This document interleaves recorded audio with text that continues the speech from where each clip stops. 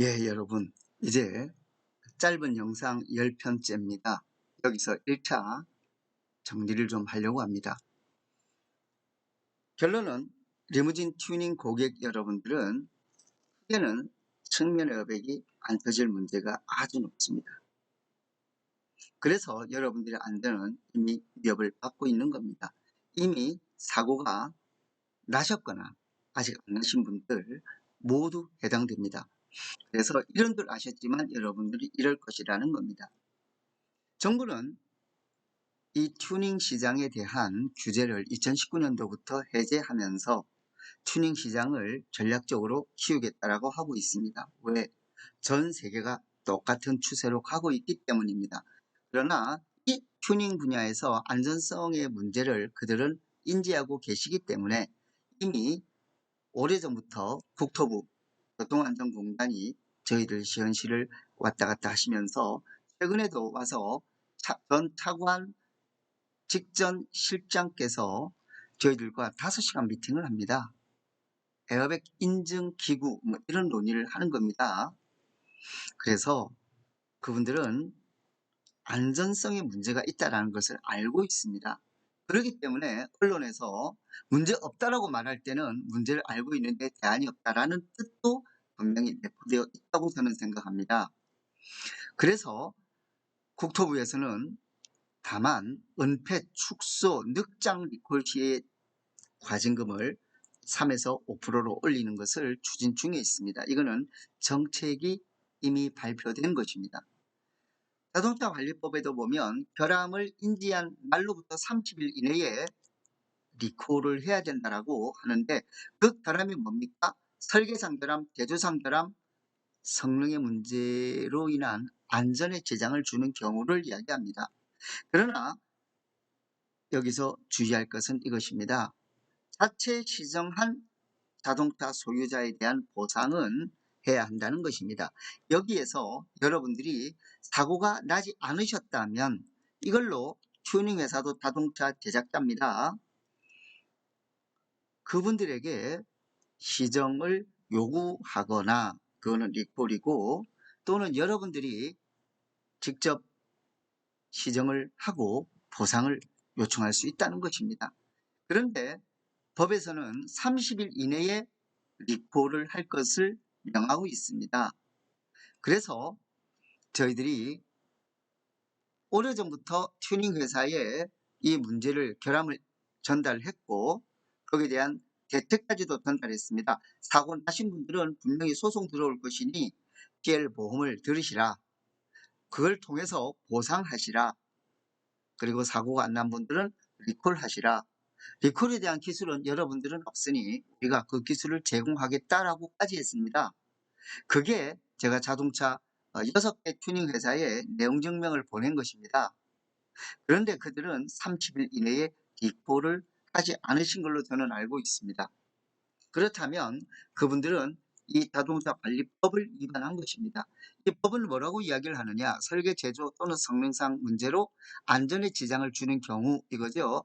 그게 제가 이 10번의 영상을 통해서 전달하는 내용, 즉 튜닝 하신 고객들은 사이드 업백이 99%안 터집니다. 1%는 저가 튜닝 하신 고객만 거기서 살아남는 겁니다. 그래서 이미 사고를 당하신 분들은 손해배상 청구를 할 수 있고 사고를 당하지 않으신 분들은 자체 시정을 하실 수 있다는 것입니다. 여러분들이 튜닝사를 신뢰하시면 거기 가서 시정 요구를 하십시오. 그러나 제대로 시정됐는지는 저희들한테 한번 물어보시기 바랍니다. 자, 여기에서 일간지에 공고하고 리콜을 했습니까? 튜닝 회사들 말입니다. 자, 이제 결론적 법령입니다. 보시면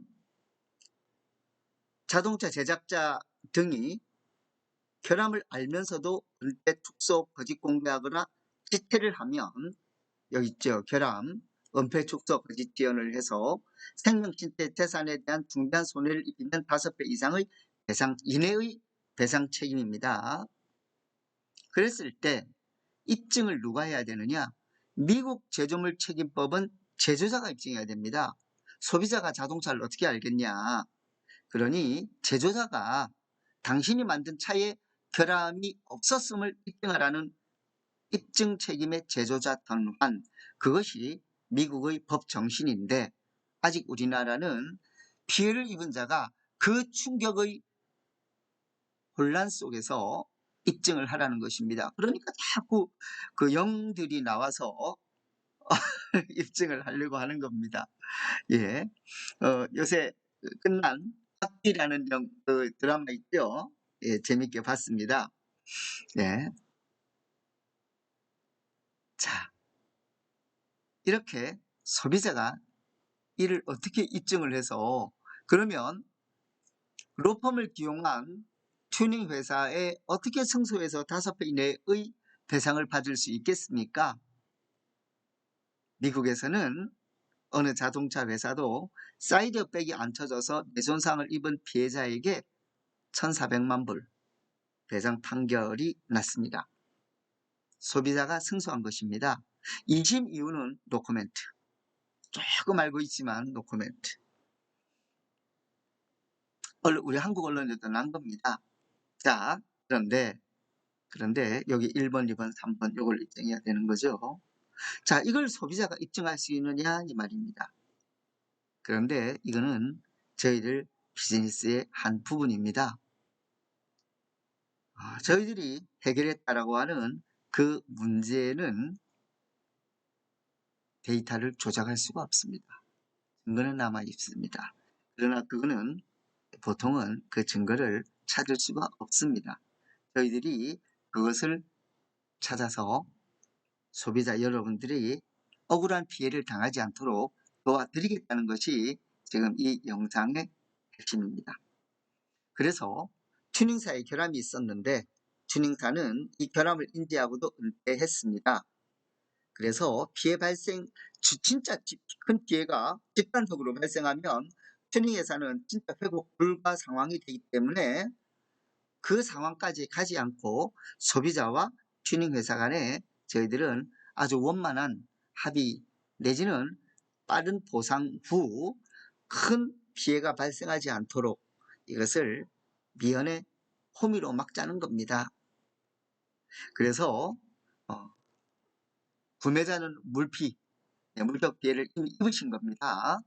사고자는 인피, 인명의 피해를 입으신 겁니다. 그 두 경우는 이런 내용으로 저희들에게 연락을 해 주시면 원만한 방안을 만들도록 하겠습니다. 다음 영상에서는 이제 많은 질문이 있으실 겁니다. 시트가 왜 에어백하고 관계가 있느냐? 정확히는 측면 에어백입니다. 그래서 시트 에어백은 SAB라고 하는데 SAB는 사이드 에어백이라고 할 때는 커튼 에어백과 시트 에어백을 의미하고, 여기서 말하는 시트 에어백은 시트 에어백 SAB 이렇게 되는 거죠. 요거는 시트고 여기는 사이드죠. 그래서 측면 충돌을 당하면 두 개의 에어백이 동시에 터져야 합니다. 그런데 튜닝 회사는 커튼 에어백은 일부 모델에서 파티션을 설치함으로써 전개 방해를 했고, 시트 에어백은 튜닝을 하면서 시트 카바 튜닝을 하면서 에어백이 터지면서 시트를 뜯고 나와야 되는데, 봉제선을 뜯고 나와야 되는데 너무나 강하게 봉제해서 안 터지겠다는 거죠. 자, 제가 이렇게 하면 시트 회사는 이제 우리는 그 부분은 약하게 합니다라고 하죠. 이중봉지 없습니까? 전개지연. 이전에 출고했던 건 어쩔 거예요? 이전에 출고해서 사고 나신 분들 어떨 거예요? 이미 그분은 중상이었지만 살아났습니다. 경상될 게 중상됐잖아요. 그 이야기입니다. 그런데 튜닝 회사는 무조건 실수를 했기 때문에 그거를 아까 중상되신 분들 경상에서 중상만큼은 보상하셔야 되는 거죠. 그러면 기존 자동차는 얼마나 관리 철저히 하는 줄 아세요? 정말 눈물겨울 정도로 철저히 합니다. 그러나 이것이 휴먼에라기 때문에 휴먼 에러, 히든 디펙트, non traceability. 두 번째, 튜닝 회사의 문의안이 안전 검사한답니다. 이게 안타까운 이야기입니다. 자동차도보다는 안전 검사를 튜닝 회사가 무슨 재주로 해요? 하긴 합니까? 어디서 거짓말? 내가 그 회사 시스템을 몰라요? 무슨 재주로 해요? 측면 충돌 테스트를 한답니까? 시설이나 있기나 해요? 그리고 참 안타까운 게 잠재불량은 그 에어백은요 일회용이기 때문에 전수검사를 못해요. 불발탈 전수검사를 어떻게 해요? 자, 튜닝 회사는 안전과 무관한 튜닝만 한다. 그렇지 않습니다. 커튼 에어백도 안 터지게 했고, 또 대시보드에다가 그 보조 모니터를 얹는 게 그게 일반인들도 안 하는 일을 10명에 1명은 한답니다. 안전 모르시는 분들. 그래도 그분들이 자동차를 살 때는 왜 모르면 비싼 차 삽니까? 더 안전에 신경을 썼기 때문에 믿고 사시는 거잖아요. 이런 것에 대한 질의를 해주시면 답변을 드리도록 하겠습니다. 저는 조훈식입니다. 여기에 대해서 이름을 걸고 저희들은 글로벌 회사로부터 충분한 독점 요구를 받으면서 이때까지 소탐대실하지 않고 여기까지 왔습니다. 그래서 이 내용을 우선 튜닝 회사들의 전체적인 결함을 인지했기 때문에 사실 튜닝 회사들 한국 중심으로 저희들 기술로 전 세계 발전하는데 기여를 하고 싶습니다. 지금도 그 생각은 크게 변함이 없습니다. 여러분들은 글로벌 회사, 자동차 회사가 되기 위해서는 세이프티 퍼스트가 돼야만 합니다. 가슴 아프지만 조금은 희생이 따르겠지만 고객의 안전을 중시하지 않으면 여러분들은 결코 자동차 산업에 발을 들여놓아서는 안 됩니다. 그것이 기준입니다. 감사합니다.